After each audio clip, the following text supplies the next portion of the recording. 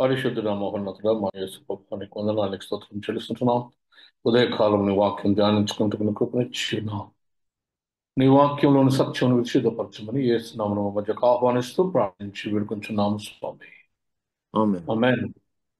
Good morning and welcome for another Good morning. meditation in the morning. God bless you. And we are now into the Lent. Tomorrow we have Ash Wednesday, where we prepare ourselves for the spiritual journey of 40 days. కదా, దానికి ముందు కొన్ని విషయాలు మనము జ్ఞాపకం చేసుకుంటున్నాం. నిన్నటి దినమున లెంట్ అంటే ఏంటిదో రెండు భాగాలు చెప్పుకున్నాం. ఒకటేమో period of self examination and period of self denial అని రెండు భాగాలు చేసుకున్నాం. అంటే మనము దానికి మెయిన్గా ఏమనుకున్నామంటే నిన్ను నీవు ఉపేక్షించుకోవాలనేదేమో రెండో భాగంలో డినాయల్లో, మొదటిదేమో open the door and look into yourself and also make God to look into you. తలుపు తెరవడము, నిన్ను నువ్వు తలుపు తెరిచి బాహుటంగా సమస్తమును దేవునికి కనపరుచుకొని ఏ రహస్యము దాగి ఉండదనే సత్యాన్ని మనం జ్ఞాపకం చేసుకున్నాం. దానికి బేసిస్గా మనము 10 కమాండ్మెంట్స్ను, బియాటిట్యూడ్స్ను, అదేవిధంగా నూతన వందలు ఇచ్చిన 2 కమాండ్మెంట్స్ను మనం చూసాం. అదేవిధంగా సెల్ఫ్ డినయల్లో it is to overcome all darkness in our life. చీకటిని మనము అధిగమించడానికి ఇది డినయల్ అనేది బాహ్యమైన ఒక క్రియ. ఆ క్రియలో భాగంగా మనము ఈ అబ్స్టినెన్స్ అంటే భోజనం విషయం కానీ మరి మనము పరితరించుకొని ఉపేక్షించుకొని సిలువనెత్తుకొని రోజు డైలీ మన సిలువ అంటే ఏదో మనం ధ్యానించుకున్నాం. మరి ఆయనను వెంబడించాలని క్రీస్తు కనుక లోకం నిమిత్తమై చనిపోయిన మనము క్రీస్తుతో సహా పునరుత్థాన అనుభవంలో లేచి నెమ్మదిగా పునరుత్థానంలో అనుభవించాలని మనం జ్ఞాపకం చేసుకున్నాం. ఈ రోజున లెంట్లో మూడో భాగం ఏంటంటే Lent is a period of penitence and prayer, అనగా పశ్చాత్తాపము, ప్రార్థన. పశ్చాత్తాపం అనేది ఒక తపస్సు లాంటిది. అంటే నువ్వు చేసిన తప్పుకు క్షమాపణ చెప్పడానికి నువ్వు చేసే భక్తి కార్యక్రమం ఈ తపస్సుగా మన భారతదేశ సంస్కృతిలో జ్ఞాపకం చేసుకుంటాం. దీన్ని ఏమంటారంటే సకర్మ క్రియ అంటారు. అంటే to set right, you're doing something to set right something that he's been wrong. తప్పు చేసిన దానిని సరిదిద్దుకోవడానికి చేసే ఒక క్రియ. సో సకర్మ క్రియ అంటే అనగా పశ్చాత్తాపము అనగా ఈ తపస్సులో నిష్టగా ఈ 40 రోజుల ఈ తపస్సులో, ఈ పశ్చాత్తాపము తపస్సులో నిష్టగా క్రైస్తవులు ఉపవాసం ఉండి మరి కొన్ని వాటిని మానివేస్తారు. అబ్స్టినెన్స్ ఫ్రమ్ కొన్ని సమ్ హ్యాబిట్స్, నాన్ వెజ్ తినకపోవడము, కొందరు చేసే తప్పులు చేయకపోవడము. So they take the time to repentance and reflect. కనుక మనందరికి పశ్చాత్తాపం అనేది అందరికీ తెలుసు. అనగా పశ్చాత్తాపంలో ప్రార్థన, ప్రేయర్లో పాపక్షమాపణ నిమిత్తమై కోరుకుంటూ నీవు ఆచరించే ఒక విధానం. పశ్చాత్తాపం అంటే మనకందరికీ తెలుసు repentance. So Lent is the time for repentance and renewal. Repentance అంటే ఏంటిది? నాకు చెప్పాను, ఇది ఒక తపస్సులో నిన్ను నీవు పరీక్షించుకుంటూ, నిన్ను నీవు దేవుని దగ్గర నీవు చేసినటువంటి దాన్ని ఒప్పుకొని దాని విషయమైనటువంటి చింతను వ్యక్తం చేస్తూ దాని నుంచి తిరిగి వెనుకకు వచ్చి turning back from what it is. భక్తుడు ఏమంటాడంటే నీ పాపములను జ్ఞాపకం తెచ్చుకొనుచు వాటి నుండి తొలుగుచు నీ జీవిత గమ్యాన్ని నిర్దేశించుకునుట. You are remembering your own sins. దాని విషయమైనటువంటి ఆ చింతను కలిగిన వాడవై అండ్ ఆ జీవిత ప్రయాణాన్ని గమ్యాన్ని మార్చుకోవడం. So turning back and changing the process of your life. అనగా మానవునికి దేవుని దూరం చేసిన ప్రతి పాపాన్ని, all those since that you separated you from your God, మానవుని దేవునికి దూరం చేసిన ప్రతి పాపాన్ని దూరముగా నువ్వు తొలగిపోయే ప్రయత్నం. ఏదైతే నువ్వు దేవునికి దూరంగా చేస్తుందో దాని నుండి దూరంగా తొలగిపోయే ప్రయత్నం ఈ పశ్చాత్తాపము ఈ లెంట్లో చేసే ఒక ప్రయత్నం అని నేను మీకు జ్ఞాపకం చేస్తుంటున్నాను. Therefore, repentance becomes a form of transformation. ఈ పశ్చాత్తాపం అనేది ఒక ట్రాన్స్ఫర్మేషన్, అంటే ఒక మార్పుతో కూడినది. ఆ మార్పులో క్షమాపణ మరియు దేవునితో సమాధానపరచబడడం అనే దానిని అంశాన్ని మనం తీసుకుంటాం. కనుక ఆయన మనల్ని ప్రేమించి మనకును దేవునికిని అడ్డుగా ఉన్నటువంటి ఈ ఈ దీనిని తీసివేసి, పాపపు స్వభావమును తీసివేసి క్షమాపణ ద్వారా మనను అసమాధానపరిచి ఐక్యపరిచినాడు. So in that reconciliation, in that forgiveness, we think about walking back to God. Repentance and పశ్చాత్తాపం మనకి ఏంటంటే you walk back to God from a lost horizon.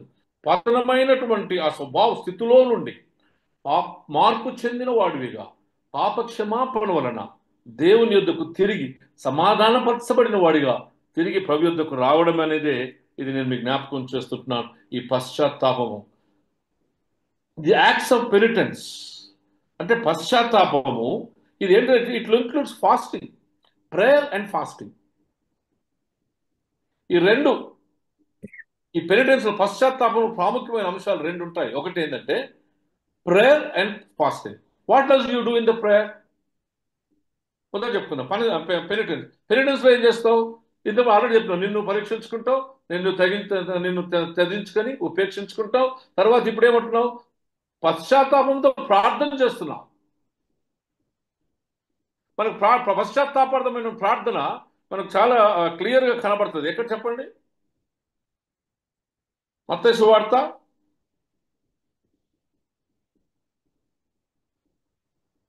16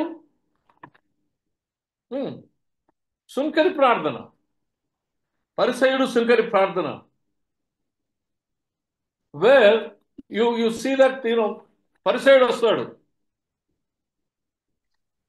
నేను సుంకరి వల్ల కాక ప్రభువా అని తను గొప్ప చెప్పుకోవడానికి ప్రయత్నం చేస్తున్నాను. It is not being shown as his heart to God. అదే ఈ సుంకరి వచ్చి ఏం చేస్తాడంటే హృదయాన్ని ఒట్టుకుంటాడు, పశ్చాత్తాపంతో ప్రార్థన చేస్తాడు.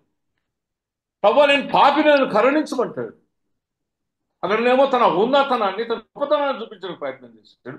ఇక్కడనేమో ఈయన తను పశ్చాత్తాపంతో ప్రార్థన చేస్తాడు. ఆ ప్రార్థన ప్రభు వింటాడు. God is listening to that prayer. నిజమే దేవుని బిడ్డలారా, when you come to the prayer, you have to come with a convicted heart.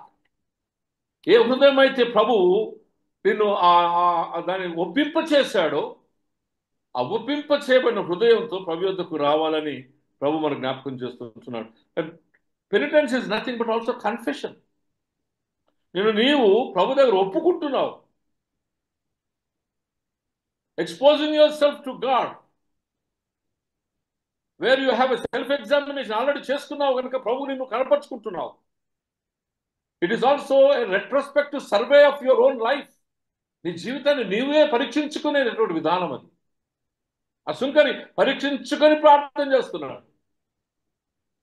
ఈ లెంట్లో నువ్వు పరీక్షించుకొని, నిన్ను నీవు ఉపేక్షించుకొని ప్రార్థిస్తూ, ఆ ప్రార్థనలో దేవుని దృష్టికి అంగీకారయోగ్యమైన హృదయాన్ని, నిన్ను నీవు స్వపరీక్షలో నుంచి నువ్వు ఎరిగిన దానిని ప్రభువుకు చెప్పుకుంటూ నిన్ను నీవు సరిదిద్దుకోవడానికి చేసే ఈ ప్రార్థన.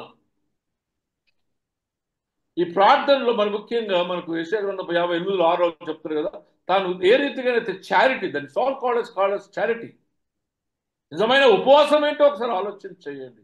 బీదలకు సహాయం చేయడం, ఆకలి లేని వారికి భోజనం పెట్టడం, బట్టలు లేని వారికి, దిగంబరులకు కంటి అందులో దుఃఖించున్న వారిని ఓదార్చడం, కన్నీరు తుడవడం, బీదలను ఆదుకోవడం. ఇది part of the prayer and charity, which is also part of the fasting. నిజమే దేవుని బిడ్డలారా, we don't have to think. In Lent, we not only have to pray, but also we have to show God. మనలో మనం ప్రభువును కనపరుచుకున్నప్పుడు ఏ రీతిగా నీవు దుఃఖించిన వారిని, బాధింపబడుచున్న వారిని, అనగదొక్కబడుచున్న వారితో నీవు నీ వ్యక్తిత్వాన్ని నువ్వు ఐడెంటిఫై చేసుకుంటున్నావో చూసుకోవాల్సిన సమయం అని ప్రభు మనకు జ్ఞాపకం చేస్తూ ఉంటున్నాడు. Prayer is a time to spend closely with God. దేవునితో నిత్యము ఆయనతో మాట్లాడుతూ, it's a continuous conversation with God కదండి. లూకాసు వార్త 18వ అధ్యాయం 10వ వచనంలో ఈ సుంకరి ప్రార్థన జ్ఞాపకం చేయబడుతుంది. వేర్ యు సీ కంటిన్యూస్లీ ఆ సుంకరి వచ్చి ప్రార్థన చేస్తూ తను కనపరుచుకోవడానికి. తీయండి లూకాసు వార్త 18వ అధ్యాయం 10వ వచనం.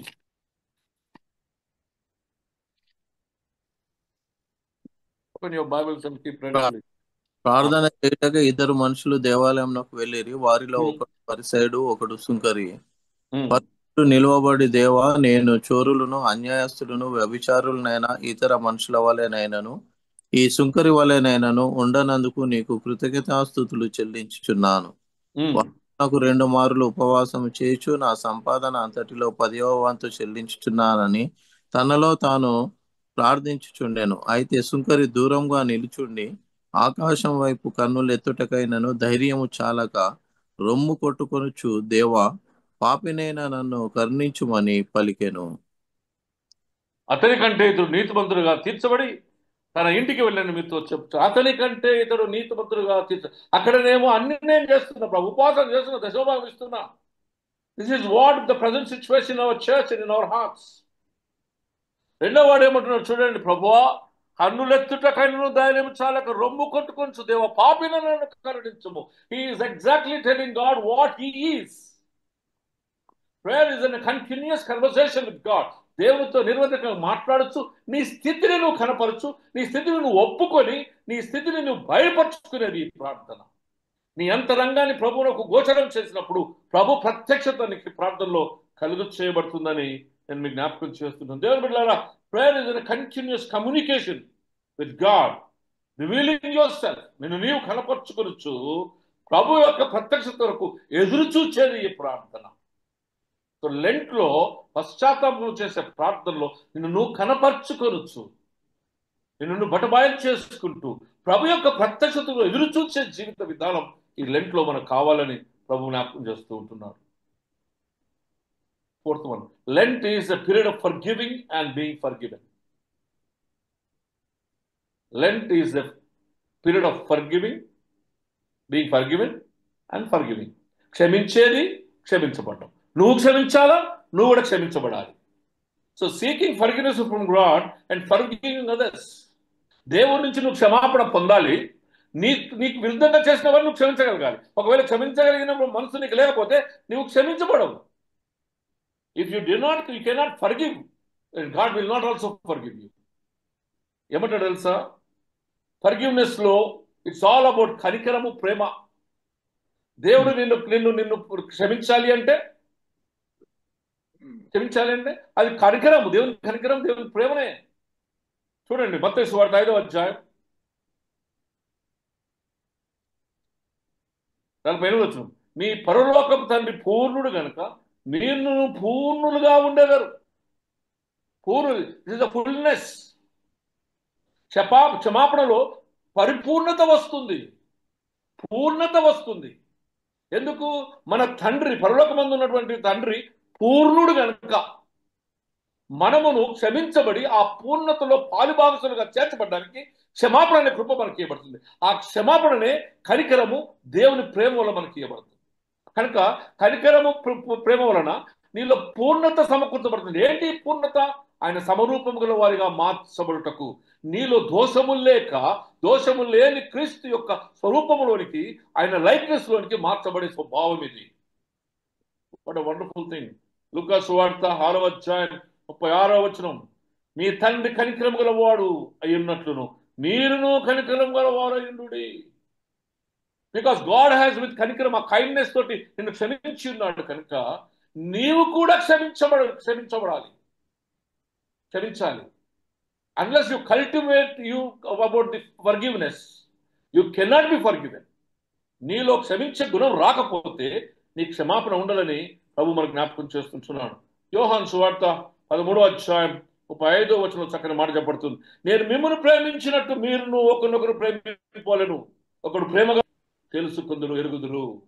దేర్ఫోర్ దేవుడు కనికరము వలన, దేవుడు ప్రేమ వలన మనల్ని పూర్ణులుగా చేసి క్షమించినాడు కనుక మీరు ఒకరినొకరు క్షమించాలి. ఒకరికొకరు ప్రేమను కనపరిచినప్పుడు ఈ పూర్ణత నీ సహోదరుని కూడా కలుగుతుంది కనుక ఈ లెంట్లో you have to prepare yourself. మనం చాలా మటుకు మన యొక్క స్వభావాలలో కొన్ని కుటుంబాలు కొట్లాడుకుంటాం ఈ ఎలక్షన్స్ చేయబట్టి.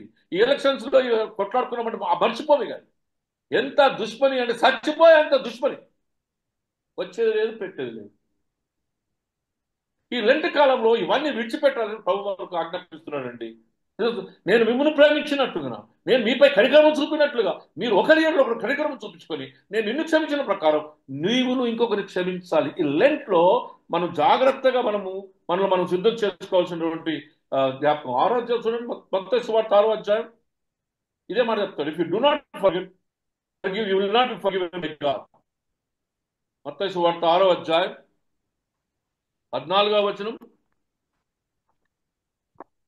మనుషుల అపరాధములను మీరు ఎడల మీ పరలోకపు తండ్రియు మీ అపరాధములను క్షమించును. మనుషుల యొక్క అపరాధములు మీరు క్షమించినట్లుగా మీ పరలోకపు తండ్రి మీ అపరాధములను కూడా క్షమిస్తాడు. And they said we have to understand this fact. Every year this goes on. Every year this goes on. నిజమే దేవుని బిడ్డలారా, every year learn to forgive. One of the things that is destroying us is మనకు క్షమాపణ హృదయంలో లేదు కనుక దేవుని క్షమాపణ పొందలేమని వాక్యం ఖచ్చితంగా చెప్తుంది.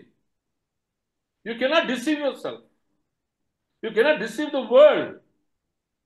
అదొక్కటి అడక్కండి.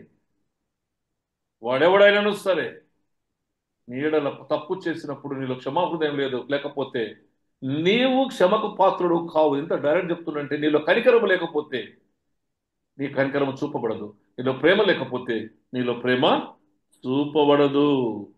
చూడండి రోమీయులకు రాసిన పత్రిక 5వ అధ్యాయం. ఎందుకంటే ఇదంతా కూడా వాక్యానుసారంగా మనము దీన్ని జ్ఞాపకం చేసుకోవాలి, చూపించాలి. వాక్యం ఇస్ ద బేసిస్. రోమీయులకు రాసిన పత్రిక 5వ అధ్యాయం 20వ వచనం. మరియు అపరాధము విస్తరించినట్లుగా ధర్మశాస్త్రము ప్రవేశించను, ఆయనను మరణమును ఆధారం చేసుకుని ఎలాగూ ఏలెనో అలాగే నిత్య జీవం కలుగునట్టుకై నీతి ద్వారా కృపయు మన ప్రభువైన యేసు క్రీస్తు మూలముగా ఏలు నిమిత్తము పాపం ఎక్కడ విస్తరించును అక్కడ కృప అమితముగా విస్తరించును. This is also grace. ఒకటి కనికరం అన్నాను, రెండవది ప్రేమ అన్నాను, మూడవది కృప. Because the grace is God's grace is given, it is not your power. You to be forgiven. నువ్వు క్షమించబడాలంటే ఇది కృప, నువ్వు ఇంకోళ్ళు క్షమించాలి అంటే కూడా కృపనే. ఎందుకు? నువ్వు క్షమించబడితే పడడానికి నువ్వు సిద్ధపడి ఉన్నావు కనుక క్షమించే అర్హత నీలోనికి వచ్చింది. And that is by the God's grace.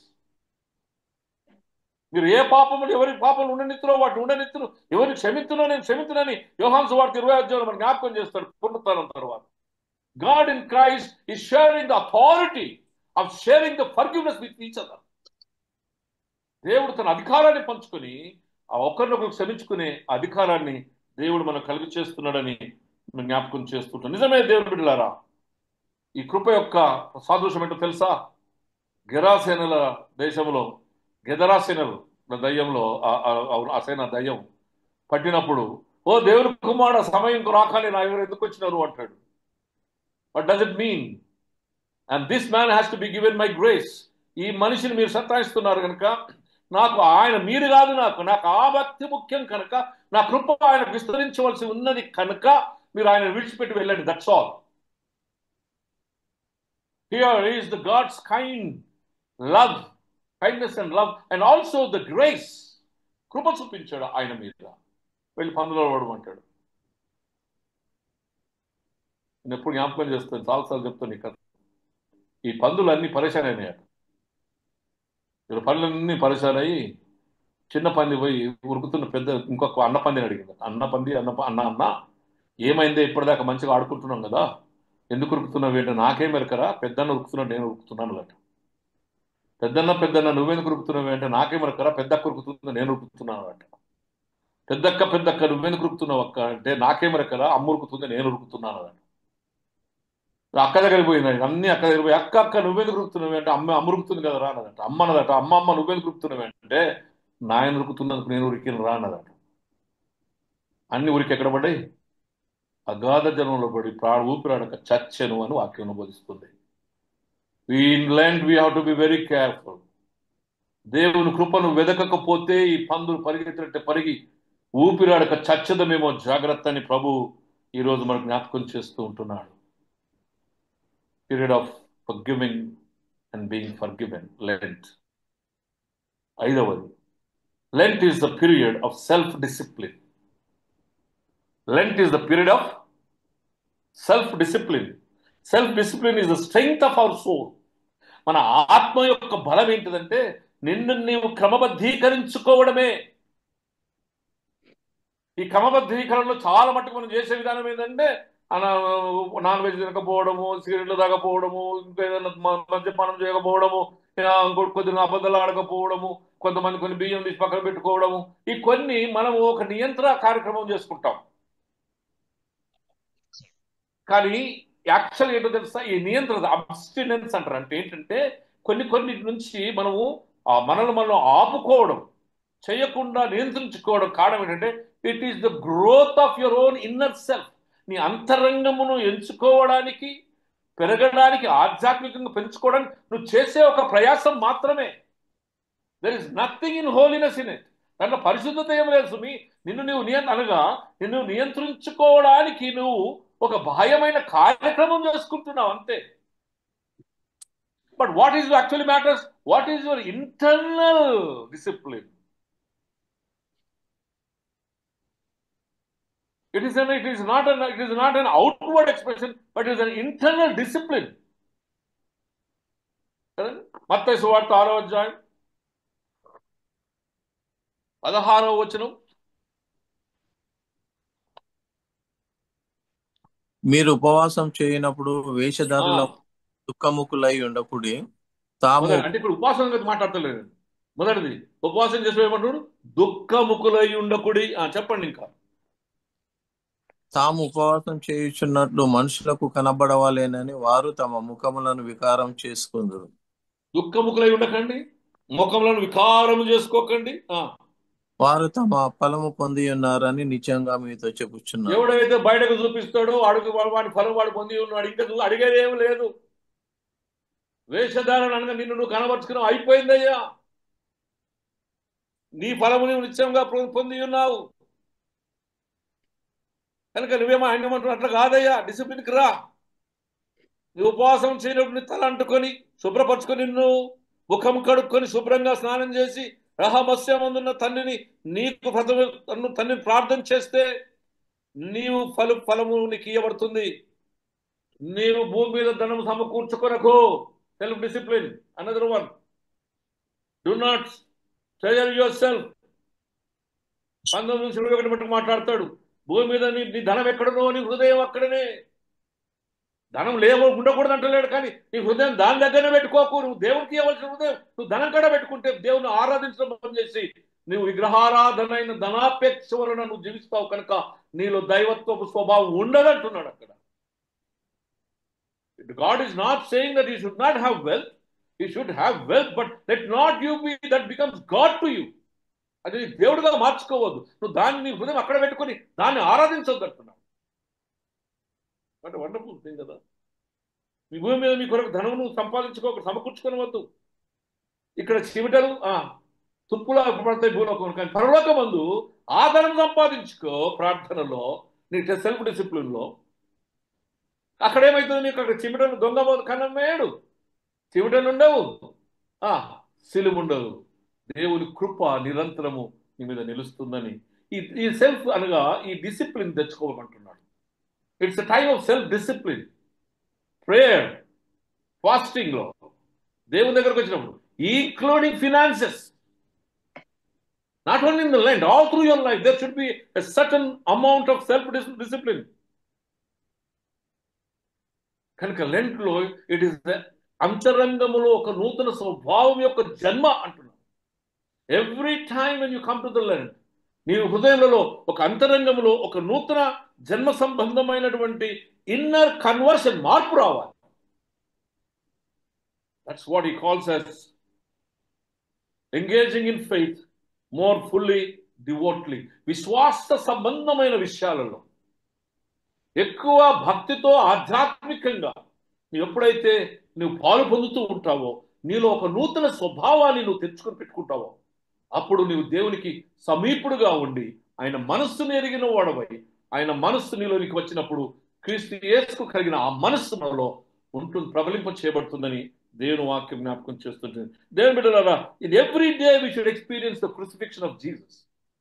ఈ సెల్ఫ్ డిసిప్లిన్ ఏంటంటే every moment of our life, every moment of life, let us enjoy the pain and the suffer of God on the cross.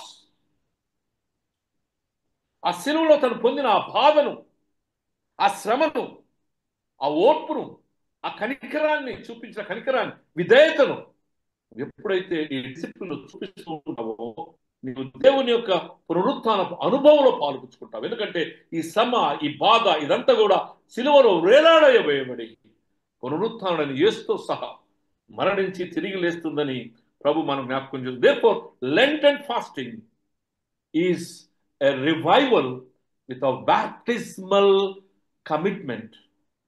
Baptismal commitment అనగా ఈ లెంటులో ఉండే discipline, revival అంతా కూడా ఏంటంటే ఈ బాప్తిస్మం తీసుకున్నప్పుడు ఇచ్చినటువంటి వాగ్దానం.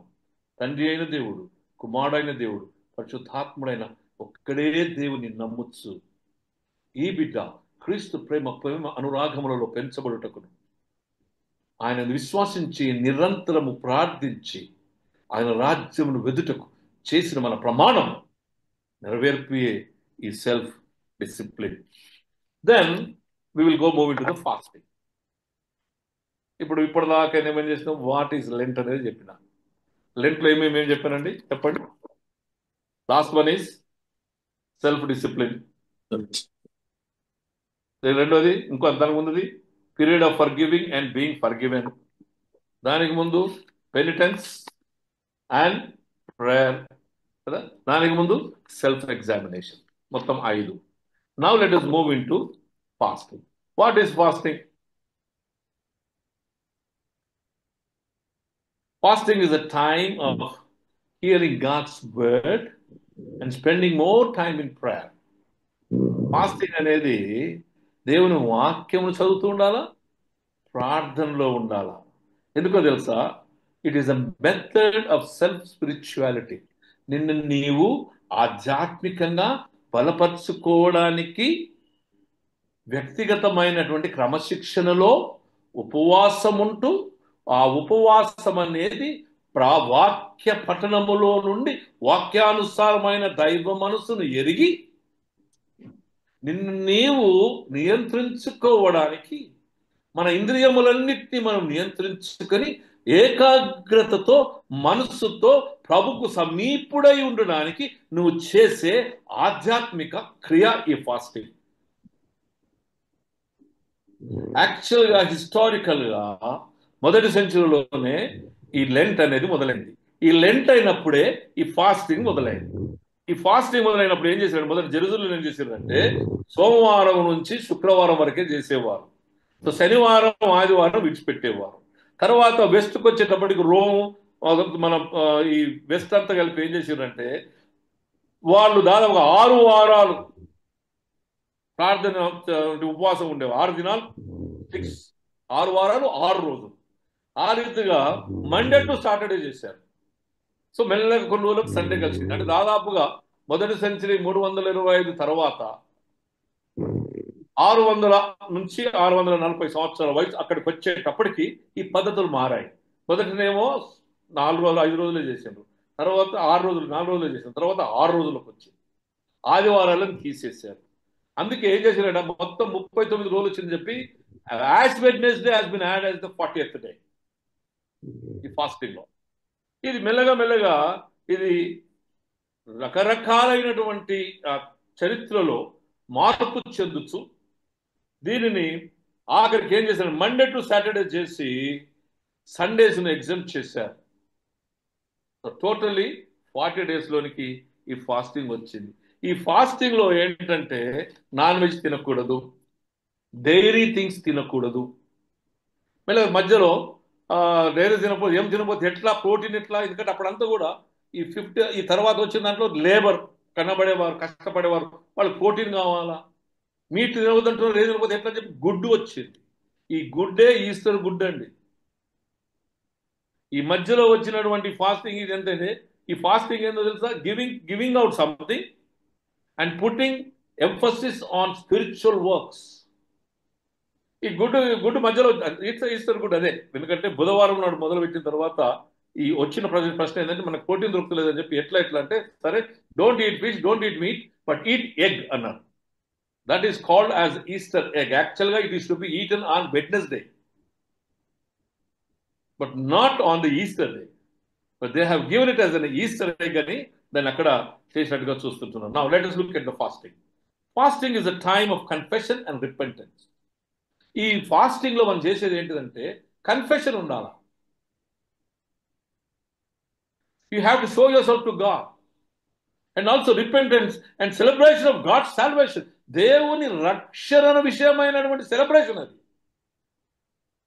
ఎప్పుడు ముఖం మార్చుకుని ప్రభు దగ్గరకు వచ్చి ఏడ్చుకుంటూ కాదండి. దేవుడు నీకు ఇచ్చినటువంటి కృపను you also have to celebrate it in words of prayer. ప్రార్థనలో దేవునితో నువ్వు ఆనందించాలి, పండుగ జరుపుకోవాలి దేవుని దగ్గర. ప్రభువా నీ కృపకై నీకు వందనాలని చెప్తూ, నువ్వు నాకు ఇచ్చినటువంటి రక్షణ కృపను బట్టి, ప్రభువా నీ రక్షణ కార్యమును బట్టి నీకు వందనాలని నీ ప్రార్థనలో you should be able to celebrate with God. మనం ఫాస్టింగ్ అనగానే ఏంటంటే ఎప్పుడు ఏడ్చుకుంటూ, ప్రభువా నాకు ఇది చేయి, గజ్జే, ఇది చేయి, గజ్జే, ఇది చేయొద్దంటే లేదు, చెయ్యాలా. But you also the fasting also is the time of celebration of God's salvation. దేవుని రక్షణ యొక్క ఉత్సవం అది. What a wonderful word. ఇది ఒక ఆధ్యాత్మికమైనటువంటి క్రియ. Celebration is a religious activity, faith activity, a devout activity. భక్తితో కూడిన ఒక క్రియా స్వరూపం అది. చింతనతో బూడిదలో కూర్చొని, హ్యూమిలిటీతో తను తాను తగ్గించుకొని రోదన పడుతూ ప్రార్థన చేసిన దినాలు మనకున్నాయి. నిజమే, నినవే పట్టణం జ్ఞాపకం చేసుకో. పాత నిబంధనలో చాలాసార్లు చూస్తాం, సమయాల గ్రంథంలో చూస్తాం. మనం గోనె పట్ట కట్టుకొని, సాక్లాత్ ఏ సైన్ ఆఫ్ హ్యూమిలిటీ, బూడిదలో కూర్చోవడం. యాష్ వెడ్నెస్డే అనుకుంటుంది వస్తాం కదా, యాష్ వెడ్నెస్డే ఏంటి అనుకుంటున్నారు? Ash Wednesday later addition to it. ఏమని అంటే, మనము మట్లాదివారం నాడు తీసుకుపోయినటువంటి ఆ మట్టలన్నింటినీ దాచిపెట్టుకొని ఆ దాన్ని బూడిదగా కాల్చుకొని ఆదివారం నాడు ఆశపెట్టిన రోజున నెత్తికి నొసడికి పూసుకొని వచ్చి, it's a sign of humility. నిన్ను నీవు సమర్పించుకోవడానికి, టోటల్గా ప్రభువును సమర్పించుకొని ప్రభు యొక్క ఆధ్యాత్మిక స్థితిలో ప్రవేశించడానికి ఈ 40 రోజుల తపస్సు కొరకు నువ్వు సిద్ధపరచుకునే విధానం అది. It's sign of mourning. అంగలార్చు నిన్ను నీవు పరీక్షించుకుని ప్రభు యొద్దకు వచ్చి చింతపడుతూ తపస్సు చేయడానికి సిద్ధపడే విధానం కనుక ఈ ఫాస్టింగ్ ఇస్ ఆల్వేస్ నీ ఆత్మను నువ్వు నియంత్రించుకుంటూ, నీ శరీరాన్ని నువ్వు కంట్రోల్ చేసుకుంటూ, ఇంగ్లీష్లో వర్డ్ ఉంది అఫ్లిక్టింగ్ యువర్ సోల్ అనగా నీ సోల్ను గాయపరుస్తున్న విధానంగా నీవు ఫాస్టింగ్ చేయాలి. What a wonderful word God is talking to us. నిజమే, నీ ఆత్మను నువ్వు affliction of your own soul, నిన్ను నీవు ఉపేక్షించుకుంటూ చింతతో నీ పాపం నిమిత్తమై దుఃఖపడుతూ నీవు చింతతో ప్రభు యొద్దకు వచ్చి, ప్రభువా నీ క్షమాపణ నాకు కలిగించేయని ఆయనకు అంగీకార యోగ్యమైన స్వభావానికి మార్చబడి ప్రార్థించేదే ఈ ఫాస్టింగ్ అని మీకు జ్ఞాపకం చేస్తున్నాం. Fasting is the symbol of hope. ఈ ఉపవాసం అనేది is the symbol of hope అనగా నిరీక్షణకు ప్రతిరూపమని దేవుడు జ్ఞాపకం చేస్తుంటున్నాడు. నిజమే, hope of restoration through the words of the lord. తీయండి మత్తయి సువార్త 4వ అధ్యాయం 4వ వచనం. అందుకు ఆయన, మనుషుడు రొట్టె వలన మాత్రం కాదు గాని దేవుని నోటి నుండి వచ్చు ప్రతి మాట వలన జీవించును అని వ్రాయబడి ఉన్నదని. Fasting has to be remembered that we are now eating the God's word. రొట్టెను విడిచిపెట్టావు. Now what are you eating is nothing but the living word of God. దేవుని సజీవమైన వాక్యం తింటున్నావు అని ఒక స్వభావంలోకి రావాలి. ఆ జీవం, ఆ వాక్యం నీలోనికి వెళ్ళినప్పుడు ఏ రీతిగా ఈ ఇహలోక సంబంధమైన భోజనం చేసినప్పుడు నీకు శక్తిని కలుగ చేస్తుందో, ఆ రీతిగా దేవుని వాక్యాన్ని నువ్వు ధ్యానించి భుజిస్తూ ఉండి ఉపవాసంలో ప్రార్థన చేస్తున్నప్పుడు నీ యొక్క ఆత్మను నీవు నియంత్రించుకుంటూ ఉన్నప్పుడు నీకు వాక్యము జీవముని కలుగ చేస్తుంది. It gives you strength. నిజమే దేవుని బిడ్డలారా, fasting is nothing but humbling before God. దేవుని ఎదుటకు పోయి నిన్ను నీవు లేవి గ్రంథం ఒకసారి చూడండి, 16వ అధ్యాయం, లేవి కాండం 16వ అధ్యాయం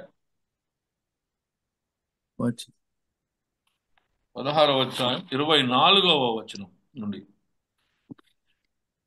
పరిశుద్ధ స్థలములో దేహమును నీళ్లతో కడుగుకొని బట్టలు తిరిగి ధరించుకొని బయటికి వచ్చిన తన కొరకు దహన బలిని, ప్రజల కొరకు దహన బలిని అర్పించి తన నిమిత్తమును ప్రజల నిమిత్తమును ప్రాయశ్చిత్తము చేయవలెను. పాప పరిహారార్థ బలి పశువు యొక్క కొవ్వును బలిపీఠం మీద దహింపవలెను. విడిచిపెట్టి మేకను వదిలిన వాడు తన బట్టలు ఉదుకుకొని నీళ్లతో దేహమును కడుక్కునిన తరువాత పాలెములోనికి రావలెను. పరిశుద్ధ స్థలములో ప్రాయశ్చిత్తం చేయుటకు వేటి రక్తము దాని లోపలికి తేబడెను.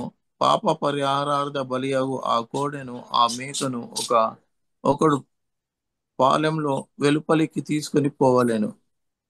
30వ వచనంకి రండి. అంటే బలియాగం ఇచ్చాడు. 30వ వచనం, ఏలయనగా మీరు యెహోవా సన్నిధిని మీ సమస్త పాపముల నుండి పవిత్రులగునట్లు ఆ దినమున మిమ్మును పవిత్రపరచునట్లుగా మీరు మీ నిమిత్తము ప్రాయశ్చిత్తము చేయబడెను. అది మీకు మహావిశ్రాంతి దినము. మిమ్మును మీరు దుఃఖపరచుకుని వలెను. అది నిత్యమైన కట్టడ. When you come to the Lord, come with the mind of repentance. అది నీకు చేయబడినటువంటి దేవుని కట్టడనే ఈ ఉపవాసము. దేవుని బిడ్డలారా, ఈ ఉపవాసం, fasting is also experiencing the presence of the lord. ఉపవాసం ఏంటిదండి? నాట్ ఓన్లీ పశ్చాత్తాపం, పెనిటెన్స్, ప్రేయర్, నీ ఆత్మను నువ్వు అంటే కష్టపెట్టుకొని నీ శరీరంలో జీవాహారం తింటూ ప్రభు సమీపలై ఉంటున్నదే కాదు. Fasting is also experiencing the presence of God. చూడండి, దేవుని యొక్క అది 40 రోజులు ఉపవాసం ఉన్నాడు. ఎవరున్నారు? మోషే ఉన్నాడు. భోజనం చేయక ఎక్కాను, నేను అమ్మగారు అయితే ఎక్కాం సినాయి పర్వతం. వి వాక్డ్ ఆల్మోస్ట్ రాత్రి 10:30 11 గంటలకు మొదలు పెడితే 3:30 4 ప్రాంతంలో చేరాము అక్కడికి. భయంకరమైన ఎత్తు. అక్కడ మోసే పండుకున్న స్థలం చూస్తే మా ఎంటకలన్నీ రోమాలన్నీ లేచి నిలబడ్డాయి. దాదాపు 1.5 గంటల ప్రార్థన చేసుకున్నాం అందరం.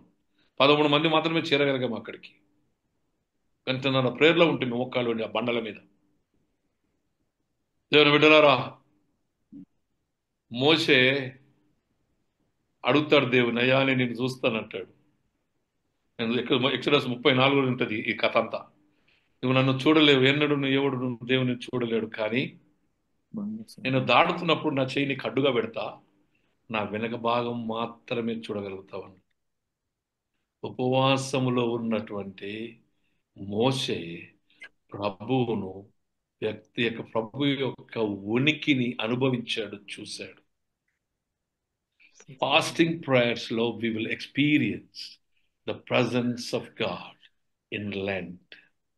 ఉపవాస ప్రార్థనలో నువ్వు దేవుడు మోసే ఏ రీతిగానైతే తన యొక్క ఉపవాసములో 40 దినముల ఉపవాసంలో ప్రభువును చూడగలిగినాడు, ప్రభు ప్రత్యక్షత కలిగి చేయబడినదో, ఈ లెంట్లో ఉపవాసములో నిన్ను నీవు పాపక్షమాపణ కొరకు ప్రార్థన చేస్తూ పెనిటెన్స్తో ప్రార్థనతో ఉండు, పరీక్షించుకొని నీవు వ్యక్తిగతమైనటువంటి క్రమశిక్షణలోనికి చేరి ఉపవాస ప్రార్థనతో ప్రభు క్రమశిక్షణలోనికి వచ్చినప్పుడు ప్రభు యొక్క ప్రత్యక్షత నీకు కలుగు చేయబడుతుందనే సత్యం మనం గ్రహించాలి. And Moses could have the presence of God on Sinai. Fasting is a divine discipline. అది ఉపవాసం అనేది ఆధ్యాత్మిక క్రమశిక్షణ. And it's a divine tool. అది ఆధ్యాత్మిక దేవుని పరికరమే. ఇది దేవుని అనగా దేవుని పరికరమే. Fasting is a divine discipline and a divine tool to enjoy the presence of God and the time of seeking repentance and forgiveness. నీ క్షమాపణను, నీ యొక్క ప్రాయశ్చిత్తము ద్వారా క్షమాపణను కోరుతూ దేవుని దగ్గరికి వెళ్ళినప్పుడు ఇది దైవాత్మ సంబంధమైన దైవ పరికరము. ఈ యొక్క ఫాస్టింగ్, ఈ లెంట్ లో ఈ ఫాస్టింగ్ ద్వారా దేవుని ప్రత్యక్షతను, ఆయన ఉనికిని, ఆయన ప్రసన్నతను పొంది నీవు దేవుణ్ణి వెదికే విధానమే ఈ లెంట్ లో ఉండే ఈ fasting are fasting prayer. Today God is calling us to self-discipline ourselves and come to the Lord in prayer and in repentance, with love, forgiving, experiencing the God's forgiveness. నువ్వు కూడా క్షమించి దేవుని కనికరమును, ప్రేమను పొంది నీ ఇంటికి రక్షణ కలిగి ఉన్నదన్న స్వభావంలో అనుభవించుటకు త్రియేక దేవుడు నీకు తోడైండును గాక. ఆమేన్. మీరు ఒకసారి నెహెమ్యా 9వ అధ్యాయం 1-3 కూడా ఒకసారి దీని తర్వాత చదువుకొని చూడండి. నెహెమ్యా 9వ అధ్యాయం 1-3 కూడా. Fasting is the sign of repentance and seeking forgiveness of God. Fasting అనేది పశ్చాత్తాపమునకును దేవుని క్షమాపణను కోరుకునేదానికి ఇదొక సూచన. దేవుడు తన కృప మీకు దయచేయును గాక. ఆమేన్. చెవులున్నవాడు వినును గాక. ఆమేన్. Thank you.